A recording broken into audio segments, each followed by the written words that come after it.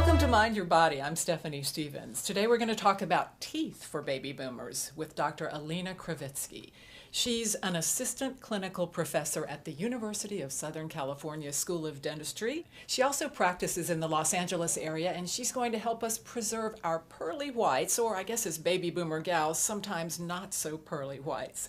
Nice to have you here. It's a pleasure to be here with you, Stephanie, as well. Thank you so much for having me. Thank you. And first of all, let's talk about periodontics. What exactly is that? It's a big word.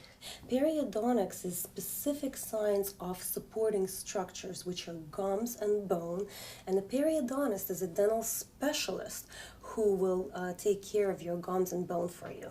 So what are some of the most common problems that people deal with in this age group with their teeth? I mean, I think gum recession is one that I'm aware of, but I know you have a list.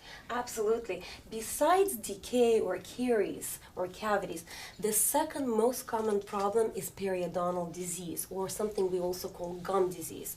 Now, gum disease varies in different ranges. Starting from gingivitis, which is the mildest condition, is just swelling and reddening and bleeding of gums, which is caused by plaque or bacteria, which is a film on the tooth, which causes inflammation of the gums. This condition is totally reversible by professional and home care, good home care. Now, if this condition is not taken care of, it can produce a more severe effect. By a chronic inflammatory process, it can move down the root and start destroying with the body, start destroying the supporting structures of the tooth, which are gums and bone.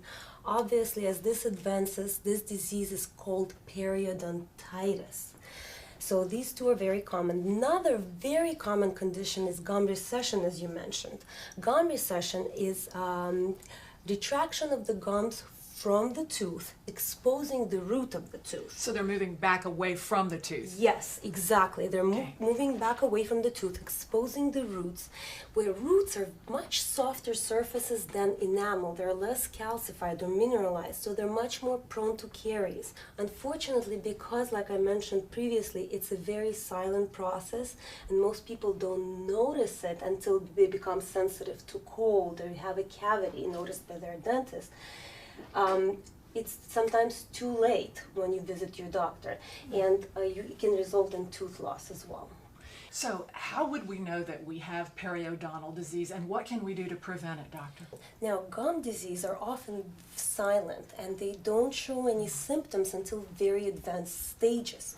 However, there are some basic signs that you can be aware of, such as red, swollen, tender gums, bleeding gums during flossing or brushing, persistent bad odor from teeth or oral cavity, gums receding, exposing your roots of the teeth and making teeth look longer, any kind of pus, moving of teeth, loosening of teeth. So these are definitely signs.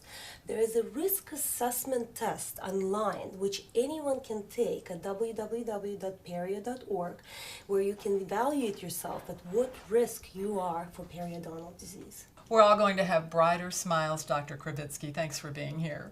Thank you so much. It was a pleasure.